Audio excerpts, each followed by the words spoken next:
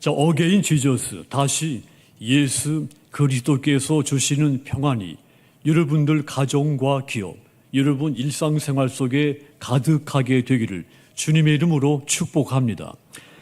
2년 6개월 이상 이 세상은 코로나 이 바이러스로 인해서 모두가 힘겨운 삶을 살았습니다. 물론 지금 끝이 난 것은 아닙니다. 여름에 다시 유행할 것이라는 발표도 있습니다. 자, 그러니 여전히 이 코로나로 인한 힘겨운 삶을 매일매일 현실로 체감하고 살고 있는 겁니다. 하지만 여러분, 오늘 이 말씀은 코로나 재난으로 힘겨운 삶을 살아온 사람들에게 위로와 격려를 주신 말씀입니다. 산 소망이신 예수님을 더 붙잡게 만들어 주시는 귀한 말씀입니다. 초대교회 당시 이 로마 제국 내에 있던 기독교인들이 극심한 박해를 당한 것은 다 아는 사실입니다. 당시 이 로마가 지중해를 중심으로 북아프리카도 지배하고 서아시아 등 이 세계 여러 지역을 지배하게 됐을 때 로마의 권력 상징인 로마 황제를 신으로 숭배하도록 강요를 했습니다. 그래서 이 로마가 점령한 각 지역의 식민지 주민들, 자신들이 전통적으로 섬겨오던 그 신에 추가해서 로마 황제도 신으로 숭배할 수밖에 없었던 겁니다. 자, 이 황제 숭배, 로마 제국 안의 모든 계층, 모든 지역으로 퍼져 나갔습니다. 황제를 구원자 혹은 은인이라고 칭송하면서 제사를 올렸습니다. 황제 앞에서 기도와 찬송을 드리기도 했죠. 특히 이 칼리굴라 황제, 네로 또 도미티안 황제 이 시기에는 이 강도가 크게 달했습니다. 로마 제국 때 이 황제 숭배는 단순히 종교적인 의미만 있는 것이 아닙니다. 정치적인 의미가 다분히 포함되어 있었죠. 해서 이 황제 숭배를 거부하는 것, 이것은 단순히 종교를 좋고 나쁨의 행동이 아니라 로마 권력에 반역하는 행위로 여겨진 겁니다. 특히 나는 살아서 신이다 이렇게 불리고 싶었던 도미티안 황제, 수도 로마의 금과 은으로 형상을 만들고 그 형상 앞에서 엎드려 절하며 숭배할 것을 온 로마 시민들 또 모든 식민지 주민들에게 강요를 했죠. 심지어는 유대인들이 해마다 예루살렘에 보내던 그 헌금을 로마 황제에게 바치도록 법령으로 만들어서까지 강제 집행도 했습니다. 황제 숭배의 이 의례는 식민지 주민들의 충성을 확립시키는 도구로 사용을 했죠. 특히 이 동방의 거주민들에게 이 황제 숭배가 널리 퍼지고 지금의 터키에 있는 에베소도 그 중심 도시 중에 하나에 속해지게 되죠. 도미티안 황제, 유대교와 더불어 기독교를 믿는 것을 로마 제국을 전복하는 것이다 이렇게 여기고 중한 범죄로 취급하기 시작했습니다. 그래서 이 기독교를 탄압했고 예수님의 제자 사도 요한을 반모섬으로 유배를 보낸 겁니다. 당시 이 로마의 여러 문서에 보면 로마는 여러 신을 숭배하지, 로마는 그 자체가 다신 논 국가입니다. 많은 신들을 숭배하는 나라였죠. 자, 그런데 여러 신, 많은 신을 숭배하지 않고 한 분 하나님밖에 없다고 한 하나님만 섬기는 이 기독교인들, 오히려 무신론자라고 비판했습니다. 불경스러운 대욕주의인으로 처벌해야 마땅하다고 문서상의 기록까지 있습니다. 당시 이 플리티우니스가 트라야누스 황제에게 보낸 편지를 보면 기독교인들을 세 부류로 분류를 했습니다. 첫째로 기독교인이라고 고백하는 사람, 둘째로 과거에는 기독교인이었지만 지금은 기독교인이 아니라고 하는 사람, 세 번째로 과거에도 지금도 기독교인이 아니라고 하는 사람들로 분류를 한 겁니다. 그래서 신문관들이 이 사람이 기독교인인지 기독교인이 아닌지 구분할 때 신들을 향해 기도하고 노래하는지 혹은 황제 신상 앞에 분향하고 포도주를 올리는지 올리지 않는지 이것을 보고 구분을 한 겁니다. 만일 기독교인으로 의심되는 어떤 사람이 황제 신상 앞에서 분향하고 포도주를 올리고 절을 하면 이 사람은 기독교인이 아니구나, 이런 증거로 판단하는 시기였습니다. 소아시아 7교회들도 극심한 박해를 당했습니다. 많은 기독교인들이 이 황제 숭배를 거부하면서 신앙을 끝까지 지키다가 목숨을 잃었습니다. 순교를 당한 겁니다. 자, 이런 시대적 상황 속에서 예수님의 제자 사도 요한이 요한계시록에 등장하는 7교회를 돌보며 목회를 하고 있었던 겁니다. 그러다가 로마 병사에 붙잡혀서 반모섬에 유배를 당하게 된 것입니다. 자, 그런데 요한은 이 반모섬에서 하나님의 특별한 계시를 받습니다. 이 계시의 내용을 기록한 것이 이 요한계시록입니다. 사도 요한이 이 반모섬에서 보낸 그 시간들이 두려움, 고난의 시간들이었습니다. 하지만 오히려 하나님의 특별한 은혜를 체험하는 아주 특별한 시간이 된 것입니다. 사도 요한이 이 고난 가운데 자신만의 반모섬의 시간을 체험하게 된 겁니다. 우리에게도 우리 각자의 반모섬의 시간들이 있습니다. 고난은 각자의 반모섬의 시간을 갖게 만들기도 합니다. 그렇다면 여러분, 사도 요한에게 이 반모섬의 시간은 어떤 시간이었습니까? 마찬가지로 저와 여러분에게 반모섬의 시간들은 어떤 시간이 되어야 됩니까? 이 반모섬의 시간은 요한에게 세상과 완전히 단절되는 시간이었습니다. 9절 다시 보시면, 나 요한은 너희 형제요 예수의 환난과 나라와 참음에 동참하는 자라. 하나님의 말씀과 예수를 증언하였으므로 말미암아 반모라 하는 섬에 있었더니. 사도 요한이 이 말씀대로 7교회의 영적 지도자로서 그들의 신앙을 격려하고 그들에게 하나님의 말씀 예수 그리스도를 증언했습니다. 자, 그런데 이 반모섬으로 이 섬으로 유배를 당한 이후에는 더 이상 이 살아가는 성도들을 가르칠 수가, 돌볼 수가 없게 된 겁니다. 더 나아가서는 이 교인들에게 복음을 전할 수도, 하나님의 말씀을 전파할 수도 없게 된 겁니다. 그에게 이 반모섬은 완전한 고립이 된 그런 시간이 돼버린 겁니다. 로마 시대 이 반모섬은 정치, 종교의 중범죄자들, 특별히 기독교인들을 유배했던 곳입니다. 한 번 들어가면 죽어야만 나올 수 있는 죽음의 섬이었습니다. 그런데 놀라운 것은 하나님께서 이 사도 요한을 반모섬에 보내신 이유가 있었다고 하는 점입니다. 비록 인간적으로 볼 때 이 반모섬에 죽어야만 나올 수 있는 이 반모섬에 유배당한 거, 인간적으로 볼 때는 가장 절망의 끝입니다. 그런데 요한을 통해 행하시는 하나님의 크신 뜻이 이 사건 속에 담겨져 있었던 겁니다. 그것이 무엇입니까? 요한계시록을 기록하게 만들어서 박해받고 있는 성도들을 위로하고 격려하게 한 겁니다. 요한계시록 1장 1절 보시면, 예수 그리스도의 계시라. 이는 하나님이 그에게 주사 반드시 속히 일어날 일들을 그 종들에게 보이시려고 그의 천사를 그 종 요한에게 보내어 알게 하신 것이라 그랬습니다. 주님이 이 성도들이, 교인들이 로마의 극심한 박해 속에서 어둡고 암울한 시대, 절망의 시대를 살고 있을 때 사도 요한을 통해서 장차 일어날 일들을 계시해 주심으로써 고난과 박해 가운데 있는 이 교인들에게 미래가 하나님의 손에 달려 있다고 하는 소망과 격려를 주시고자 했던 겁니다.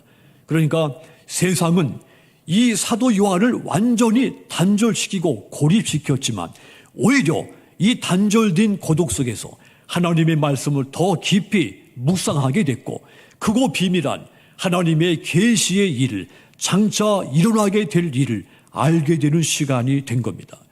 모세도 이 40년 애굽으로부터 단절됐을 때 광야에 있었습니다. 모세도 미디안 광야 이 시내산에서 세상과 단절되었기 때문에 오히려 그 단절된 시간 속에서 하나님을 만나게 됐고 하나님의 뜻을 발견하게 된 것입니다. 엘리야도 마찬가지입니다. 아합 왕에게 하나님의 심판을 선포했다가 그 핍박이 두려워서 그리 시냇가로 도피를 했습니다. 그곳에서 시냇물이 마를 때까지 숨어 지냈습니다. 엘리야도 이 그리 시냇가에서 세상과 모든 사람들로부터 단절됐습니다. 그런데 오히려 이 단절된 시간 속에서 오직 하나님의 뜻을 더 깊이 묵상하게 됐고 기도하는 시간을 갖게 된 겁니다. 사도 바울도 교회를 핍박했던 삶에서 벗어나서 회심하고 난 다음에 아라비아에서 3년 동안 단절된 시간을 보내게 됩니다. 세상과 완전히 단절된 그 아라비아에서 오히려 하나님의 말씀을 묵상하고 기도하면서 하나님의 인류 구속의 섭리를 깨닫게 된 겁니다. 우리에게도 세상과 단절돼서 하나님만 바라보는 나의 밤모섬의 시간이 필요한 겁니다. 하지만 우리의 밤모섬의 시간이 은둔의 시간이 되어서는 안 됩니다. 세상 만사가 다 괴롭고 힘드니 세상을 피해서 숨어버리는 것이 은둔입니다. 마땅히 해야 할 일을 피해서 숨는 것이 은둔입니다. 우린 가끔 이 같은 은둔의 유혹에 빠질 때가 있죠. 내가 처한 현실이 어쩔 수 없으니 포기하겠어. 그냥 조용히 살고 싶어. 이런 말들이 맞는 것 같지만 달콤하게 들릴 수 있지만 이 말은 정답이 아닙니다. 여러분, 믿음은 포기하고 숨어버리는 은둔이 아닙니다. 믿음은 세상을 향해서 강하고 담대하게 맞서 이기는 것이 믿음입니다. 요한일서 5장 4절 보시면 무릇 하나님께로부터 난 자마다 세상을 이기느니라. 세상을 이기는 승리는 이것이니 따라합시다. 우리의 믿음이니라. 세상을 이긴 것이 우리의 믿음이다 그랬습니다. 이 세상을 이긴 사람, 돈과 권력을 잡은 사람들이 아닙니다. 하나님께로부터 난 믿음의 사람, 그들이 세상을 이기는 것입니다. 세상을 또 이겼다는 것은 또 무슨 뜻입니까? 우리의 믿음이 세상이 주는 좌절과 허물을 뚫고 맞서 승리했다는 뜻입니다. 그래서 하나님께로부터 난 자, 복음의 능력으로 사는 사람들 숨거나 피하지 않습니다. 은둔하지 않습니다. 복음의 능력은 예수님께서 우리에게 주신 것이기 때문입니다. 요한복음 16장 33절 보시면 이곳을 너희에게 이르는 것은 너희로 내 안에서 평안을 누리게 하려 함이라. 세상에서는 너희가 환난을 당하나 따라합시다. 담대하라. 내가 세상을 이겼노라. 아멘. 예수님은 사망 권세를 이기시고 부활하셔서 세상을 이기고 승리하신 분입니다. 그러므로 믿음은 은둔할 수 없습니다. 강하고 담대하게 세상과 맞서 이기게 하는 겁니다. 그래서 우리가 세상과 단절하고 하나님과 대면하는 밤모섬의 시간, 은둔이 아니라 연단의 시간, 충전의 시간인 겁니다. 밤모섬의 시간은 때로 고통스러운 시간이기도 하죠. 밤모섬은 조용한 휴양지 같은 것이 아닙니다. 요한이 90세 넘은 이 나이 많은 사람으로서 밤모섬의 채석장에 끌려가서 일을 하며 지냈습니다. 하지만 그곳에서 그 고통스러운 삶 가운데서 예수님의 계시를 받은 겁니다. 우리가 때로 고통스러워 세상과 단절된 이 밤모섬의 시간이 필요한 이유도 그곳에서 힘들지만 외롭고 고독하지만 그 시간에 주님과 대면할 수 있는 시간이 되기 때문입니다. 그러므로 세상과 단절된 여러분만의 밤모섬의 시간을 사모하도록 하십시오. 주일날이면 세상과 잠시 단절하시고 하나님 주의 교회에 오셔서 하나님의 말씀을 묵상하고 기도하는 밤모섬의 시간으로 만들도록 하십시오. 또한 365일 매일 아침 저녁에 경건하게 기도하는 시간, 밤모섬의 시간을 만드시고 혼자 앉아서 하나님께 부르짖는 밤모섬의 여러분만의 밤모섬의 시간을 만들어 가지시기를 바랍니다. 하여 여러분의 밤모섬의 시간 속에서 하나님을 만나시고 하여 새로운 기쁨, 소망이 넘치는 삶을 살게 되시기를 주님의 이름으로 축원합니다. 또한 이 밤모섬의 시간, 사도 요한에게 밤모섬의 시간은 성령님께 감동받는 시간이었습니다. 10절 보시면 주의 날에 내가 성령에 감동되어 내 뒤에서 나는 나팔 소리 같은 큰 음성을 들으니 그랬습니다. 사도 요한이 주의 날에 주님이 주시는 놀라운 환상을 보았습니다. 그렇다면 그 환상을 본 주의 날이 무슨 요일이었을까요? 주님께서 부활하신 날 일요일 주일이었습니다. 성경은 주의 날을 특별히 강조를 했습니다. 왜냐하면 이 죽음을 이기시고 부활하신 주님을 기념하는 날이기 때문입니다. 바로 이 날에 사도 요한이 반모섬에서 성령에 감동되어 예수님의 계시를 듣게 된 겁니다. 예수님께서 십자가를 지시기 전에 제자들에게 보혜사 성령을 내가 너희에게 보내겠다고 약속을 했습니다. 요한복음 14장 16절 보시면 내가 아버지께 구하겠으니 그가 또 다른 보혜사를 너희에게 주사 영원토록 너희와 함께 있게 하시리니 보혜사 곧 성령을 너희에게 보내시겠다고 약속을 했습니다. 오순절 마가의 다락방에 모였던 제자들, 아무 꿈도 없고 용기도 없고 제자의 사명을 상실한 실패자들의 집단이었습니다. 아마도 형제 자매들에게 손가락질을 받았을 것이고 자기들이 태어나고 성숙한 또 성인이 된 그 지역에서 아마도 그 지역 주민들로부터 따돌림을 손가락질을 당했을 것입니다. 주님은 제자들의 그와 같은 연약함을 아셨습니다. 그 처지를 아셨습니다. 또한 주님은 우리의 연약함도 아시는 분입니다. 풍랑 앞에 두려워하고 시험에 끊임없이 넘어지고 흔들리고 유혹에 빠지는 연약한 존재인 저와 여러분에 대해서도 잘 알고 계십니다. 때문에 주님은 보혜사 성령을 대신 보내주겠다고 약속을 한 겁니다. 주님 약속대로 성령님은 마가의 다락방에 모였던 제자들에게 나타나신 겁니다. 성령은 아무것도 할 수 없었던 그 제자들, 그들을 도우셔서 마침내 엄청난 역사를 일으키는 주역이 되게 만드셨습니다. 보혜사 성령님, 이상도 없고 무능하고 무기력한 이 제자들, 제자의 사명을 상실한 이 제자들 감동시켜서 이제는 죽음도 두려워하지 않는 강하고 담대한 제자들로 바꾸어 놓으신 겁니다. 반모섬의 사도 요한에게도 성령께서 임하신 겁니다. 비록 이 사도 요한이 죄인이 됐고 유배자가 됐지만 성령이 그에게 임재하셔서 감동을 주고 그로 하여금 마침내 하나님의 계시, 예수님의 계시를 기록하게 만든 겁니다. 베드로후서 1장 21절 보시면 예언은 언제든지 사람의 뜻으로 낸 것이 아니요 오직 따라합시다. 성령의 감동하심을 받은 사람. 아멘. 그런 사람들이 하나님께 받아 말을 한 것이 계시라고 했습니다. 언제든지 성령의 감동하심을 받은 사람, 그들이 하나님의 계시를 받을 수 있고 또 그 계시를 바로 전파할 수가 있다는 뜻입니다.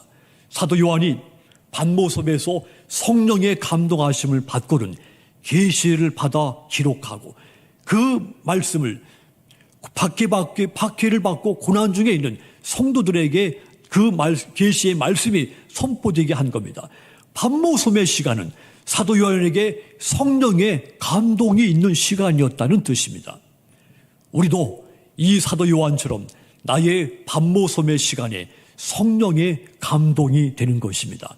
나의 반모섬의 시간이 새벽 예배 시간이 될 수 있고 365일 릴레이 기도하는 시간이 될 수도 있습니다. 자, 이러한 시간들을 통해서 보혜사 성령님께서 하나님의 말씀, 그분의 뜻을 우리에게, 내게 감동을 주어 깨닫게 하시는 겁니다. 그러므로 여러분만의 반모섬의 시간 속에서 성령의 크게 감동이 되셔서 지금 이 시대에 말씀하시는 하나님의 거룩한 음성, 주님의 묵시를 보게 되는, 듣게 되는 믿음의 여러분들 다 되시기를 주님의 이름으로 축원합니다. 또한 이 사도 요한에게 반모섬의 시간은 사명을 깨닫게 되는 시간이 됐습니다. 11절 다시 보시면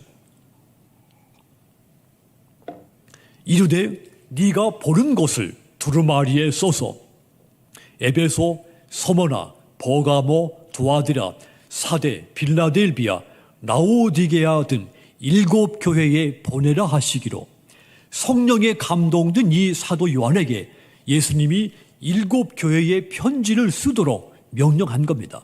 물론 이 사도 요한은 예수님의 계시를 받기 전까지 일곱 교회를 생각하며 걱정도 하고 기도도 많이 했습니다. 하지만 이 반모섬에 유배된 이 사도 요한, 고난과 박해받고 있는 이 성도들을 위해서 도울 수 있는 방법이 자신에게는 아무것도 없다는 사실을 알았습니다. 하지만 그때 예수님은 사도 요한에게 전혀 이 요한이 생각하지 못한 방법으로 말씀하시면서 이것을 기록하게 해서 편지로 쓰게 한 겁니다. 그 편지가 본문의 요한계시록입니다. 주님께서 반모섬의 사도 요한에게 성도들을 위한 편지, 이것은 사도 요한이 그 처한 환경에서 감당해야 할 사명인 겁니다. 하여 이 사도 요한 그 자신의 사명인 것을 깨닫고 계시록을 기록하는 사명을 마지막까지 잘 감당을 해냈습니다. 우리가 자신의 반모섬의 시간 속에서 하나님의 말씀을 묵상하고 기도할 때 내가 전혀 생각하지 못했던 일들 생각나게 하시고 또 행동으로 옮기게 하실 때가 있습니다.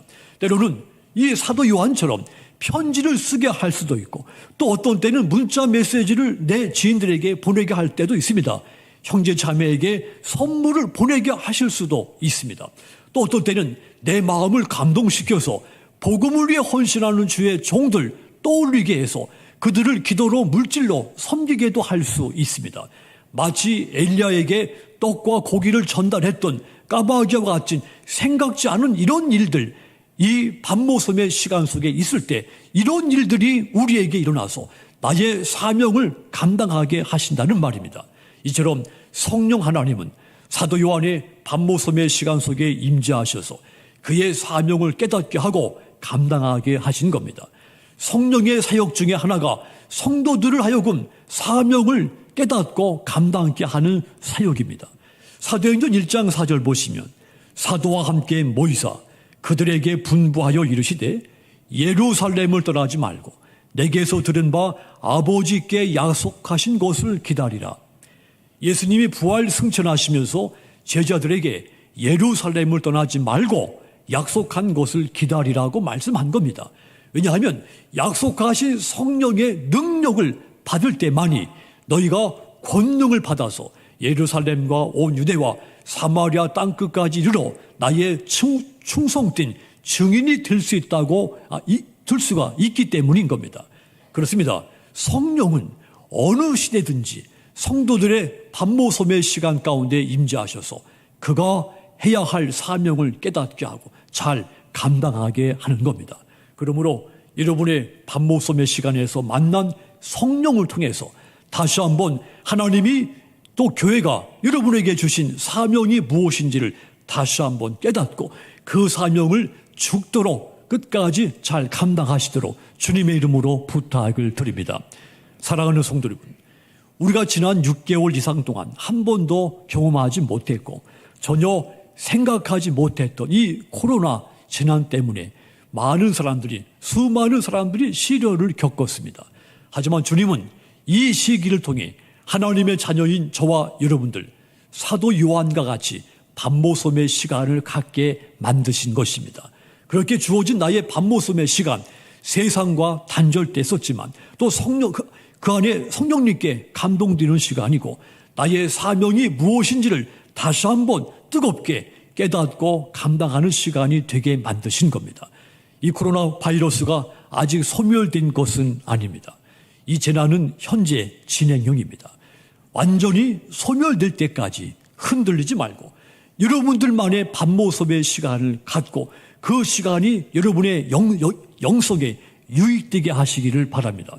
하여 재난 가운데서도 크고 놀라우신 하나님의 일, 성령이 내게 행하시는 일, 그 일을 체험하시는 해서 더 기쁨과 소망이 넘치시는 여러분의 삶이 되시기를 주님의 이름으로 축원합니다. 기도하겠습니다. 사랑